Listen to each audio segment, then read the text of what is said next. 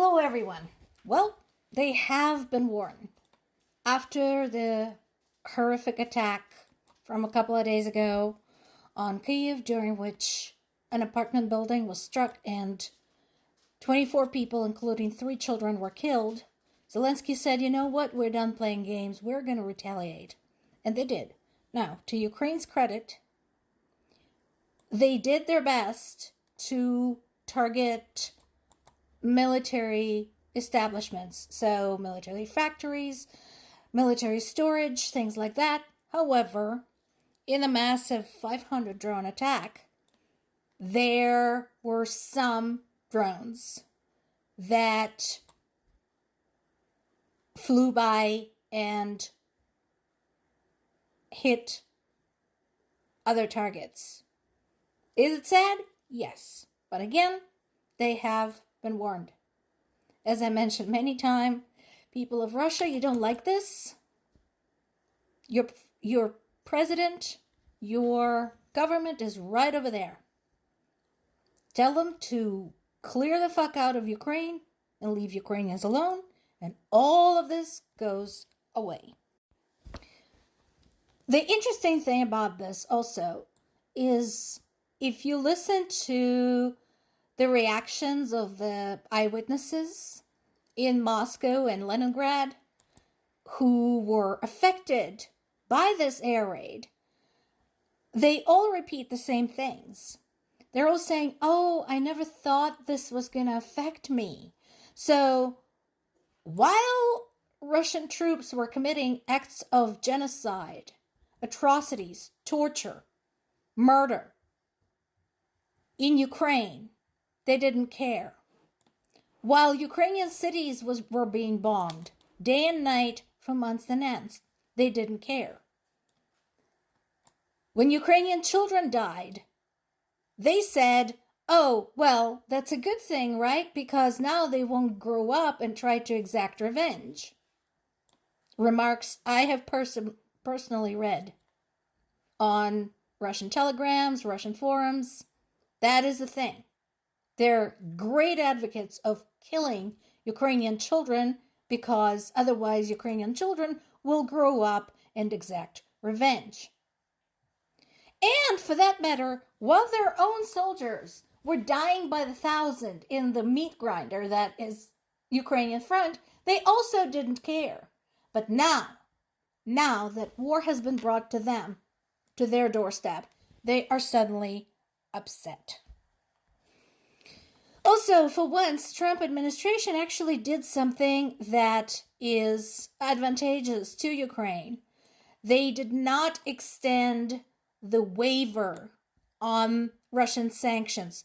So remember, at the start of the conflict in Iran, right, as the prices started going up, Trump loosened oil sanctions against Russia to get more oil. The problem is, since Russia's oil industry was being systematically destroyed by Ukraine, Russia couldn't quite clean up on that.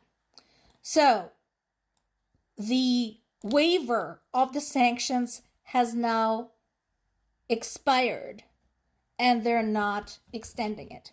And that is a good thing. Romania found another unexploded projectile on its own territory. So we talked about this. This has been really tough on Romania. Romania shares 400 miles of border with Ukraine. And so when Russia starts shelling western part of Ukraine, southwestern part of Ukraine, shit starts flying into Romania. And this is where we're looking at the fact that while Ukraine tries as hard as possible to shoot down as many of these things, bombs, glide bombs, drones, missiles, they can't get 100% of them. I mean, they're already better at this than most people in Europe, but there's only so much they can do. So, in this particular case, this exploded projectile ended up in the yard of an empty, thank goodness, building in the village of Pardina in Romania.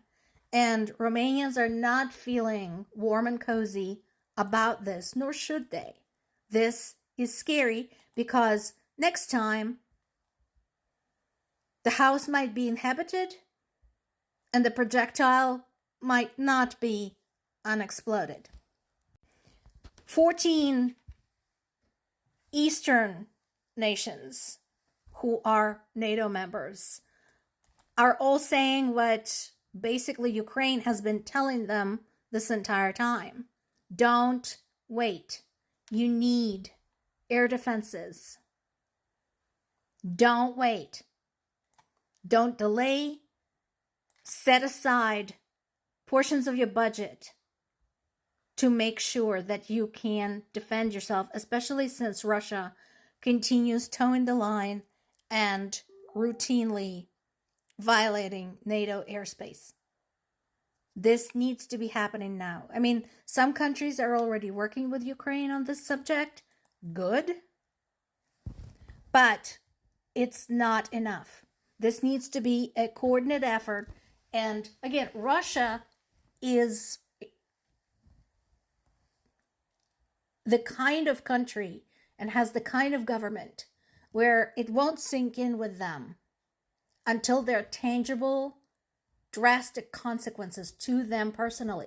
Just like people of Moscow and Leningrad right now are finally getting the idea of what war is like and what it has been like for people of Ukraine this entire time.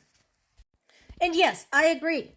This is a completely fair response. And in a way, I think the response is well overdue. So if you're interested in what Ukraine was targeting, check out this article on Kyiv Independence site. This is where they talk about military production sites, other infrastructure, and so on and so forth. And, you know, what we know right now is solely based on information coming from the Russian government. So I suggest people just, calm down because we know they lie. Now, I did see interviews with people in the streets who were complaining, but most of them were complaining about just loud sounds, the humming of the drones, and explosions somewhere in the distance. There's also been a strike against Pantsir S-2 air defense system, a hangar where radar equipment is kept. So we talked about this, why these are important.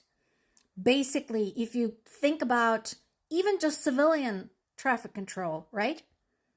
Imagine if somebody somewhere took one of the largest air traffic control centers, one of the towers, and just completely unplugged it so that there wasn't any signal coming out of it and there could be no signal sent to it. Imagine the chaos this would cause with air traffic control, right?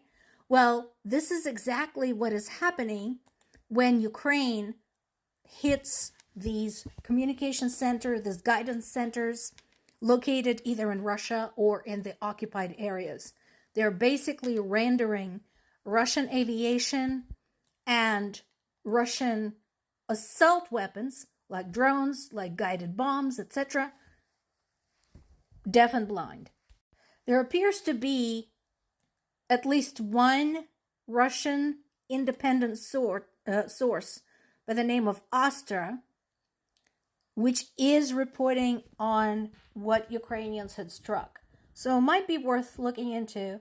I'm wondering if also at some point they're going to lose their broadcasting license and their personnel will start getting arrested for distributing this information, because that's Russia for you.